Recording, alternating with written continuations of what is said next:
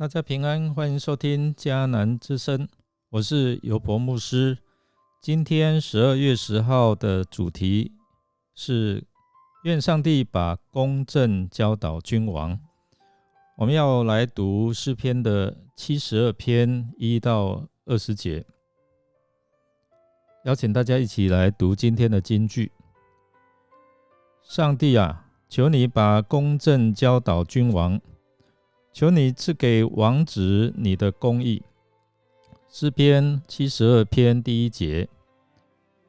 这篇诗篇把一个君王，特别是上帝所要设立的以色列君王的形象，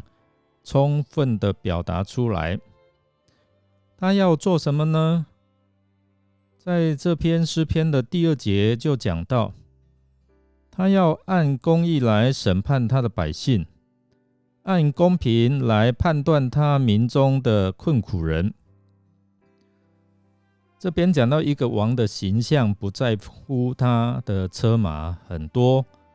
或者他有很多的嫔妃，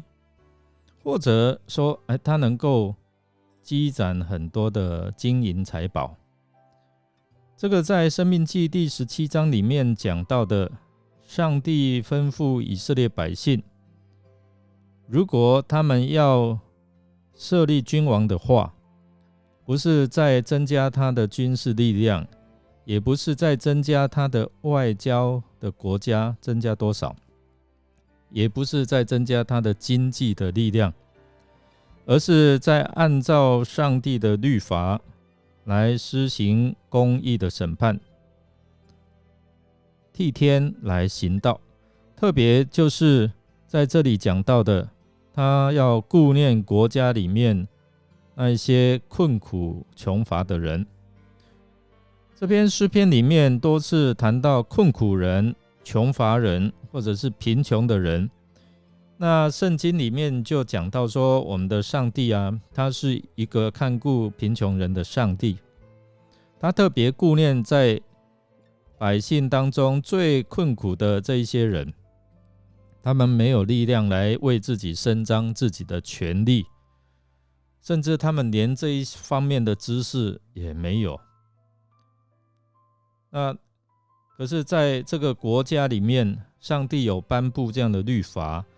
律法就是要特别顾念这些百姓中的弱势团体。所以上帝设立君王，君王就是要来帮助他们，替他们伸张公义，就是要让社会没有欺压的事情临到他们。那这篇70篇的诗篇里面讲起来，也是一个弥赛亚的诗篇。地上的君王带来人的期望，地上的君王也可能会让人感到失望好像大卫他传这个王位给所罗门的时候，百姓就在那边期待。那所罗门他的名字就是平安，但是他带来这个地上的并没有真正永久的平安，甚至到最后他去拜偶像，反倒是要等到人在上帝面前恳求，求上帝赐下一位真正的君王，才能够带来永久的平安。虽然我们看72篇在圣经新约里面完全没有被引用，可是这篇诗篇里面讲到一个理想的君王，可以说是耶稣基督的一个象征，一个代表。我们在耶稣基督的身上看到，他来是要施行公义，他来带来国泰民安，他要带来年久、年长、日久，还有更永远的永恒的国度。我们祈求主让我们透过这个诗篇里面看见耶稣基督的国度降临，就好像我们在祷告主祷文的时候，愿你的旨意行在地上，如同行在天上。愿上帝的国降临，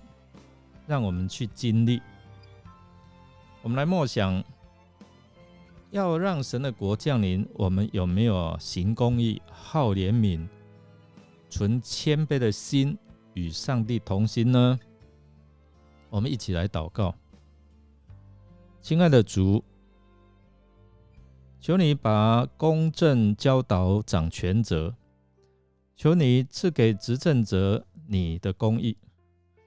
让他们认识你、敬畏你，才能够体恤百姓的疾苦，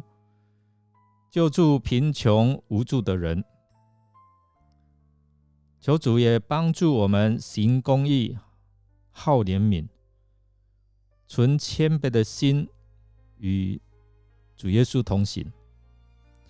让我们以基督耶稣的心为心，看见这些的需要的人，我们能够去帮助他们。我们这样祷告，是奉靠主耶稣基督的圣名求，阿们。感谢您的收听，如果您喜欢我们的节目，欢迎订阅并给我们好评。我是尤伯牧师，在此祝福您一天都充满平安、健康、喜乐。我们下次再见。